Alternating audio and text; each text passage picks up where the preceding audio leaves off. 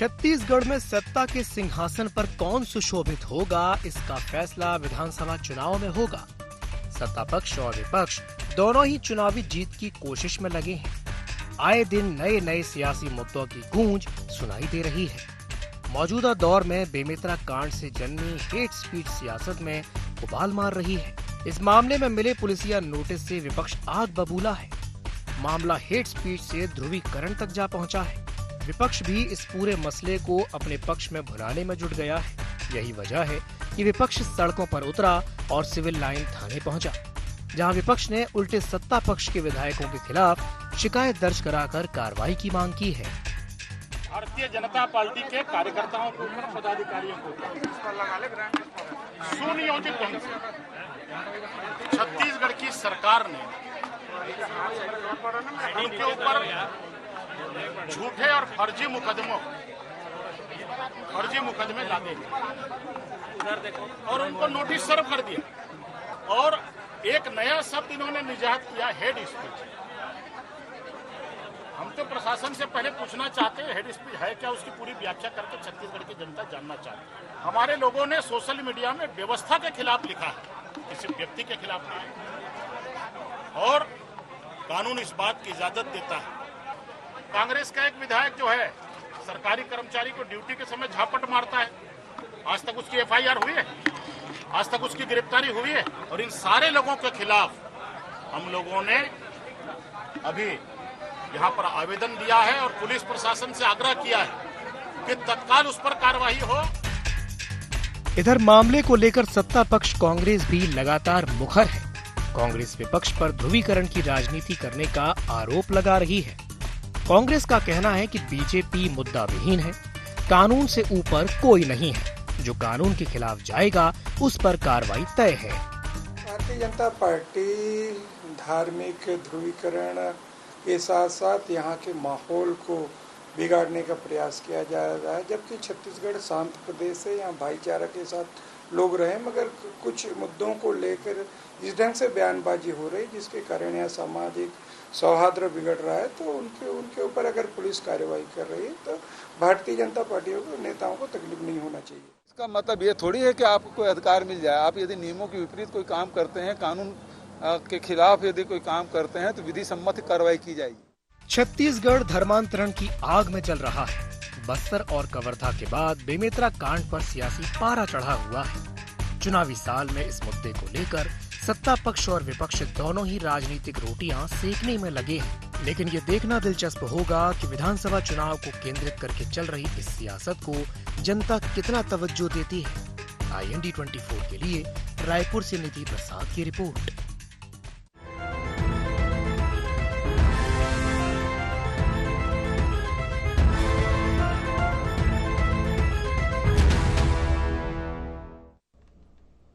नमस्कार, जय जोहार गुहार। छत्तीसगढ़ में आप सभी का स्वागत है। मैं हूं आपके साथ दिव्यांशु जोशी। तो चुनावी साल है, बेमेतरा कांड हो चुका है और हेट स्पीच पर सियासी संग्राम छिड़ा हुआ है।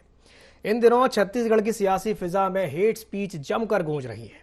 अपने नेताओं पर नोटिस की कार्रवाई से आग बबूला विपक्ष सड़क पर उतर आया है। विपक्ष पुलिस से कांग्रेस विधायकों पर कार्रवाई की मांग कर रहा है, जबकि सत्ता पक्ष से विपक्ष के ध्रुवीकरण की राजनीति करार दे रहा है। तो आज इसी विषय को लेकर के हम चर्चा करेंगे, लेकिन चर्चा करने से पहले जान लेते हैं क्या है आज के गुहार पॉइंट्स। तो पहला पॉइंट है, क्या बेमेतरा कांड ने छत्तीसगढ़ की सियासी फिजा हुई जहरीली? क्या सियासी दलों को मिला ध्रुवीकरण का मौका? हेट स्पीच से मिल रहा हेट पॉलिटिक्स को बढ़ावा। 2023 में विकास सुशासन के साथ क्या मजहबी होगी सियासत? तो इन्हीं कुछ बिंदुओं को लेकर के आज हम चर्चा को विस्तार देंगे, और चर्चा को विस्तार देने के लिए हमारे साथ तीन खास मेहमान जुड़ रहे हैं। हमारे साथ चर्चा में जुड़ रहे हैं अजय गंगवानी जी, जो कि कांग्रेस प्रवक्ता हैं। साथ ही साथ हमारे साथ जुड़ रही हैं लक्ष्मी वर्मा जी, जो कि बीजेपी प्रदेश अध्यक्ष हैं, और हमारे साथ जुड़ रही हैं गंगेश द्विवेदी जी, जो कि वरिष्ठ पत्रकार हैं। आप तीनों मेहमानों का बहुत बहुत स्वागत है गुहार छत्तीसगढ़ में। सबसे पहले मैं शुरुआत करना चाहूंगा अजय गंगवानी जी से। गंगवानी जी, जिस तरीके से हमने आज देखा, खूब बवाल मचा। बीजेपी की जो नेता हैं वो थाने का घेराव करने के लिए पहुंचे थे, थाने पहुंच गए, जाकर के उन्होंने पोस्टर लगा दिए कांग्रेस कार्यालय के। क्या ये कहा जाए कि उन्होंने आपदा में अवसर ढूंढ लिया? गंगवानी जी। दिवांशु, तो देखिए, ये तो एक तरह से इसी प्रकार की बात है जैसे पहले चोरी और फिर सीना चोरी। आप हेट स्पीच पहले देते हैं। आज देखिए, कहीं ना कहीं प्रत्येक जो राजनेता है या जननेता है और जनप्रतिनिधि है, उसका एक नैतिक दायित्व है। अगर इस प्रकार से माहौल खराब हो रहा है, धार्मिक उन्माद या सांप्रदायिक हिंसा जैसी स्थितियां बन रही है, तो आप अपने नैतिक दायित्व कर्तव्य को निभाइए। आप शांति स्थापित करने का प्रयास कीजिए, आप ऐसे बयान दीजिए जिसमें लोगों में धार्मिक सद्भाव की भावना उत्पन्न हो और शांति स्थापित हो। परंतु यहां से देखिए, बीरनपुर की घटना की बात नहीं है, इसके पहले कवर्धा की घटना थी, नारायणपुर की घटना थी, जो पूर्व मुख्यमंत्री रमन सिंह हो, इनके प्रदेश अध्यक्ष अनुर साहू जी हो, या नांदगांव के सांसद संतोष पांडे लगातार इस प्रकार के बयानबाजी कर रहे हैं, जैसे आग में घी डालने का काम कर रहे हैं। आज ये चाहते हैं कि सांप्रदायिक हिंसा फैले, धार्मिक उन्माद फैले। छत्तीसगढ़ की शान धरा में जिस प्रकार से जहर घोलने का विस्फोटन करने का प्रयास भारतीय जनता पार्टी के नेता कर रहे हैं, ये आपत्तिजनक है। और सिर्फ लाशों पर राजनीति करने का प्रयास, आपको छत्तीसगढ़ की राजनीति के बहुत सारे मुद्दे मिलेंगे जिसपे आप राजनीति करिए। कहीं ना कहीं 4.5 साल में एक भी तथ्यात्मक आरोप भारतीय जनता पार्टी लगाने में सफल नहीं हो पा रही है, और ये उसी का नतीजा है। ये छत्तीसगढ़ का चरित्र नहीं है। जहां जहां भारतीय जनता पार्टी विपक्ष में होती है, मुद्दाविहीन होती है, धर्म को धर्म से लड़ाना, एक वर्ग के प्रति दूसरे वर्ग को खड़ा करना, धार्मिक उन्माद फैलाना, सांप्रदायिक हिंसा फैलाना, यही इनका हिडन एजेंडा और राजनीतिक टूल है। तो आपत्तिजनक ये है कि आप एक तरफ सोशल मीडिया, जो सबसे महत्वपूर्ण प्लेटफॉर्म पे है, जो आप जिम्मेदारी का महत्व है, वहां पे आप इस प्रकार की हेट स्पीच फैला रहे हैं, भड़काऊ बयान दे रहे हैं। सबसे बड़ी चीज देखिए, अगर आप कोई सोशल मीडिया में पोस्ट कर रहे हैं, उसके पीछे के तथ्य, उसके आंकड़े, उसके पीछे आपको जो देने पड़ेंगे, सच क्या है। आप देखिए, लगातार रोहिंग्या मुसलमानों की बात कर रहे हैं, बांग्लादेशी मुसलमानों की बात कर रहे हैं, पाकिस्तानी नागरिकों को यहाँ स्थापित किया जा रहा है और जिहाद के लिए प्रेरित किया जा रहा है। एक भी हम सिंपल है, छत्तीसगढ़ में कानून और संविधान का राज है। अगर आप इस प्रकार की पोस्ट दे रहे हैं जो छत्तीसगढ़ की शान धरा को अशांत करने का प्रयास कर रहे हैं, उसके पीछे के तथ्य देंगे ना आप किस प्रकार से आरोप लगा रहे हैं। मुझे देखिए, यहाँ भारतीय जनता पार्टी की प्रवक्ता लक्ष्मी वर्मा जी बैठी हैं, मुझे 3 प्रश्नों के जवाब दे दी। आज छत्तीसगढ़ में कहां कहां पर रोहिंग्या मुसलमान है, बांग्लादेशी मुसलमान है, पाकिस्तान नागरिक है, इस बात के प्रमाण दीजिए। आज कहीं ना कहीं बीरनपुर की घटना जो दुर्भाग्यजनक है, उसमें कौन से जिहादी शामिल है, कौन से रोहिंग्या मुसलमान शामिल है, उसके नाम सार्वजनिक करें, उसके खिलाफ तथ्य दीजिए। आपके लोकप्रिय चैनल पूरी जिम्मेदारी से कह रहा हूं, अगर भारतीय जनता पार्टी सही तथ्य, सही चीजें देंगी, हम कानूनी कार्रवाई करेंगे। लेकिन सबसे महत्वपूर्ण यह है, आप हेट स्पीच देंगे, आप राजनेता होने का, अपने महत्व का दुरुपयोग करेंगे। क्या कानून संविधान सबके लिए अलग है? आज छत्तीसगढ़ में कानून संविधान का राज है। कोई कितना भी बड़ा नेता हो, किसी भी पार्टी से जुड़ा हो, अगर इस प्रकार से धार्मिक उन्माद फैलाने का प्रयास करेगा, सांप्रदायिक हिंसा फैलाने का प्रयास करेगा, तो कानून अपना काम करेगा। लेकिन आप अगर क्यों भाग रहे हैं? अगर आप पाक साफ हैं, आपने ऐसा कोई कृत्य नहीं किया है, तो पुलिस के नोटिस का जवाब दीजिए ना, अपने तथ्य आंकड़े प्रस्तुत कीजिए ना। क्यों आप अपने नेताओं को मौजूदगी में आज पुलिस वालों पे, प्रशासन पे आप दबाव डालने का प्रयास कर रहे हैं? कहीं ना कहीं 7 महीने चुनाव में बचे हैं दिव्यांशु जी, ये पूरी तरह से आपत्तिजनक है। ये चरित्र सिर्फ छत्तीसगढ़ का नहीं है। आज नुपुर शर्मा जी ने टीवी पे आज कहीं ना कहीं मोहम्मद पैगन साहब के लिए आपत्तिजनक शब्दों का प्रयोग किया। आज क्या भारतीय जनता पार्टी ने कोई कार्रवाई की? आज भी प्रवक्ता के पद पे लगातार थी। आज पूरे विदेशों में चर्चा हुई, खाड़ी देशों में निंदा हुई, सुप्रीम कोर्ट की फटकार के बाद कि इस पर हेट स्पीच के कारण कई लोगों की हत्याएं हुई, धार्मिक हिंसाएं हुई, तब जाके आप कार्रवाई करते हैं। तो ये चरित्र भारतीय जनता पार्टी का व्यक्तिगत स्वार्थ के लिए लाशों में राजनीति कर रहे हैं, जो आपत्तिजनक है। ठीक है, ठीक है, ठीक है। लक्ष्मी जी क्या कहेंगी गंगवानी जी की बात पर? तुष्टीकरण की राजनीति कांग्रेस हमेशा से करती आई है और अजय गंगवानी जी को इसे स्वीकार करना चाहिए। आज छत्तीसगढ़ जैसे शांत प्रदेश में जिस प्रकार से एक वर्ग विशेष का जो संघर्ष चल रहा है, कहीं ना कहीं इसके पीछे जो कारण है उसको समझना चाहिए। बस्तर में इनके एसपी और कमिश्नर के द्वारा आगाह करने के बाद भी कोई कानूनी कार्रवाई नहीं की जाती और बस्तर में आज हिंसा का वातावरण जो निर्मित हुआ था। उसी तरह से कवर्धा की अगर बात करें, कवर्धा में भी धार्मिक उन्माद क्यों हुआ, इसके कारण को जानना चाहिए। भारतीय जनता पार्टी सर्वहारा वर्ग के लिए काम करती है जय जी। तुष्टीकरण की राजनीति और वोट की राजनीति जो आज तक के 70 साल के इतिहास में कांग्रेस करती आई है, वो काम भारतीय जनता पार्टी जो है वो नहीं करती है। आप चाहते हैं कि आज छत्तीसगढ़ में जिस प्रकार के वातावरण को दूषित किया जा रहा है, जिस प्रकार से आज कांग्रेस की जो नीति चल रही है, कानून व्यवस्था नाम की कहीं चीज नहीं है। आप समय पे किसी चीज का एक्शन नहीं लेते हैं और उसके कारण जो आज हत्याएं हो रही है, जिसके कारण आज शासन प्रशासन नाम की कहीं चीज नजर नहीं आ रही है।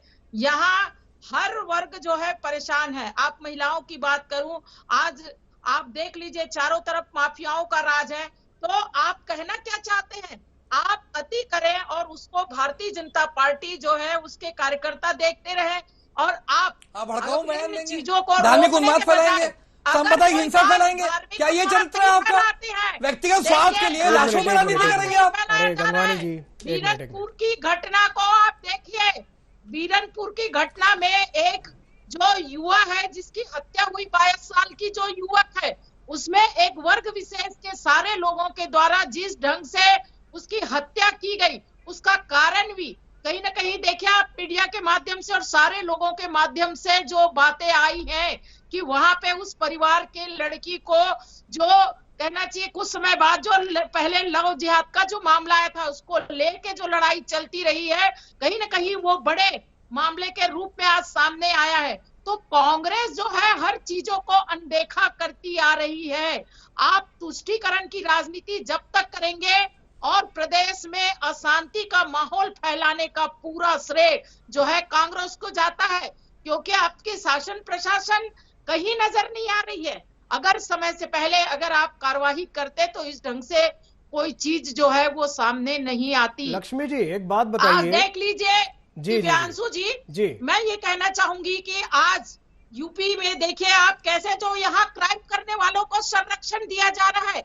उस दुर्ग संभाग के जो जिले हैं, चाहे कवर्धा की बात कर ले, चाहे बेमेतरा की बात कर ले, इनके 4-4 मंत्री और एक मुख्यमंत्री, 5-5 जो शासन में प्रमुख लोग हैं, उसके बाद भी अगर शासन व्यवस्था इस तरह से कार्य कर रही है तो निश्चित रूप से जो शासन प्रशासन के ऊपर प्रश्न चिन्ह खड़े होता है।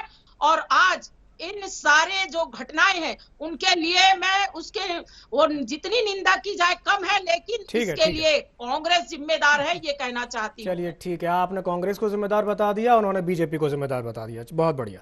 चलिए ठीक है, गंगेश द्विवेदी जी मैं आपका रुख करना चाहूंगा। गंगेश जी, जिस तरीके से हम ये देख रहे हैं दोनों ही पार्टियां एक दूसरे पर आरोप प्रत्यारोप लगा रही हैं, कांग्रेस बीजेपी को जिम्मेदार बता रही है, बीजेपी कांग्रेस को जिम्मेदार बता रही है, लेकिन बड़ा सवाल ये है कि ये जो जिस तरीके से जो हेट स्पीच की बात आई है, जिस तरह अभी हम देख रहे थे नारायण चंदेल ने बोला कि एक नया शब्द इजाद हो गया है हेट स्पीच। ये कोई नया शब्द नहीं है। हेट स्पीच, इंटॉलरेंस, असहिष्णुता, ये पुराने शब्द है जो हम पहले सुन चुके हैं। उन्होंने कहा कि भाई हेट स्पीच की बात हो रही है, लेकिन बड़ी बात यह है कि इस हेट स्पीच की वजह से एक नई चीज पैदा हो रही है जो हेट पॉलिटिक्स, जो कि कहीं ना कहीं नहीं होनी चाहिए। क्या कहेंगे आप इस पर गंगेश जी? निश्चित तौर पर आपका कहना एकदम सही है। देखिए, भारत हमारा धर्मनिरपेक्ष राज्य है जी। राज्य से कहना मतलब देश है जहां पर सभी धर्म को लेकर सम्मान की भावना रहनी चाहिए, सामाजिक समरसता होनी चाहिए। अगर इसमें कहीं पर भी किसी के भाषण से या उनके स्पीच से कहीं पर सामाजिक समरसता प्रभावित होती है या लोगों आपस में वैमनस्यता बढ़ती है तो इसको हेट स्पीच माना जाता है। इस पे कानूनी प्रावधान है और सजा का भी प्रावधान है, इस पे कार्रवाई हो सकती है जी। अब छत्तीसगढ़ पे आता हूं मैं। छत्तीसगढ़ एक शांति का टापू है। छत्तीसगढ़ में हमेशा सामाजिक समरसता और शांति के लिए माना गया है। यहाँ की पॉलिटिक्स में कभी भी जातिवाद या धर्म और संप्रदायवाद कभी हावी नहीं रहा। अगर ऐसा होता तो कवर्धा में हिंदू बहुल क्षेत्र में मोहम्मद अकबर जैसे मुस्लिम नेता जीत के नहीं आते। और भी कई उदाहरण ऐसे हैं, जैसे खासतौर पर मारवाड़ी समाज के 10-11 नेता बन चुके हैं पिछले सरकार में। तो ऐसे कई सारे ऐसे उदाहरण हैं जहां अल्पसंख्यक से नेता खड़ा होता है चुनाव में तो वो जीत के आ रहा है। इसका मतलब है छत्तीसगढ़ में ये वाली पॉलिटिक्स नहीं चलती है।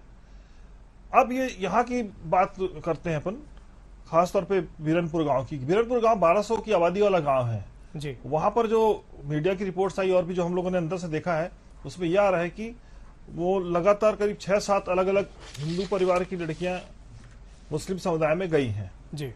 एक सामान्य सी बात है, जैसे स्टेट एक समान जाति में भी अगर सोशल स्टेटस अलग अलग है या आदमी का इकोनॉमिक स्टेटस अलग है तो दोनों परिवार के बीच तनाव हो जाता है। ये उसी तरह का कुछ तनाव वहां लंबे समय से चल रहा था और इसमें निश्चित तौर पर उस गांव के सामाजिक जो ठेकेदार हैं उनकी जिम्मेदारी थी कि इसको समय रहते ठीक करते। और आपस में इसी को बात को लेकर लड़कों के बीच छिटा कैसी होती थी, एक दूसरे को आरोप प्रत्यारोप लगा रहे हैं, कोई किसी को बोतल फेंक के मार रहे हैं। तो इस तरह की घटना लगातार घट रही थी। उसके बाद जब जिस दिन घटना घटी गांव के सरपंच अपने पूरे लोगों को लेके गए और उसके जो बात आ रही मीडिया वो बता रहा हूं आपको मैं जी। और उसका पथराव हुआ और एक युवक की हत्या हुई। हत्या होने के बाद मतलब मामला बिगड़ गया। यहाँ पर प्रशासन को सामने आना था और चीजों को सही समय बैलेंस करना था। ये हत्या तक की नौबत आनी नहीं चाहिए थी। इसमें कहीं न कहीं जिला प्रशासन और पुलिस प्रशासन भी जिम्मेदार है। ठीक है, ठीक इसके बाद भाजपा इन्वॉल्व हुई, तो मैं कहता हूं अगर माहौल को, मतलब भाजपा हमेशा हिंदुत्व की राजनीति करती आई है और वो हमेशा इसको लेकर विश्व हिंदू परिषद के साथ मिलकर उन्होंने वहां पे आंदोलन किया।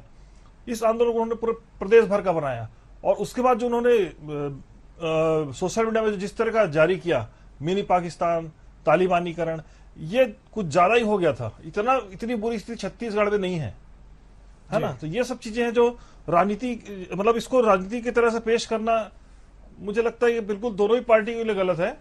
और इसमें हमको समझना चाहिए कि हम राजनीति की, किसी राजनीतिक पार्टी के सदस्य होने के पहले हमारी अपनी सामाजिक जिम्मेदारी है। सामाजिक जिम्मेदारी होने के पहले हमको हमारी मानवीय जिम्मेदारी है अपने संविधान की रक्षा करने की। हमारा देश ऐसा है कि हर 2 कदम में बोलियां बदल जाती हैं, जाति की उपजातियां निकल आ जाती हैं। अगर इस तरह से अगर हम राजनीति करेंगे तो हर 2 दिन, तीसरे चौथे दिन कहीं न कहीं दंगा भड़केगा। इससे बिल्कुल बचना चाहिए दोनों ही पार्टी को और समरसता पे, सामाजिक समरसता पर खासतौर पर फोकस करना चाहिए और इसको जितने जल्दी हो सके इस मामले को शांत करके माहौल को ठंडा करने के विषय में विचार करना चाहिए। बिल्कुल गंगेश जी, भारत की विशेषता ही यही है कि अनेकता में एकता भारत की विशेषता। चलिए ठीक है, आप ही की बात से जुड़ा हुआ एक सवाल मैं गंगवानी जी से ले लेता हूं। गंगवानी जी, जो बात अभी थोड़ी देर पहले गंगेश जी कह रहे थे कि जब इस तरह की घटनाएं सामने आ रही थी उसी वक्त प्रशासन को अलर्ट हो जाना था, लेकिन कहीं ना कहीं प्रशासन की गलती रही कि प्रशासन ने थोड़ी सी देर कर दी और ये कांड हो गया और फिर उसके बाद बीजेपी ने इसको थोड़ा और बड़ा बना दिया। क्या कहेंगे इस पर? गंगेश जी, 2 बातें कहना चाहूंगा। गंगेश द्विवेदी जी वरिष्ठ पत्रकार, उनकी कुछ बातों तो मैं पूरी तरह सहमत हूं। उन्होंने एक अच्छी बात कही कि किसी भी पार्टी का सदस्य होने के पहले आपको एक नैतिक दायित्व है, मानवीय सोच है, सामाजिक दायित्व है, वो सबसे महत्वपूर्ण है। और इस अंतर को समझाने के लिए आपको बहुत अच्छा उदाहरण दे दूं।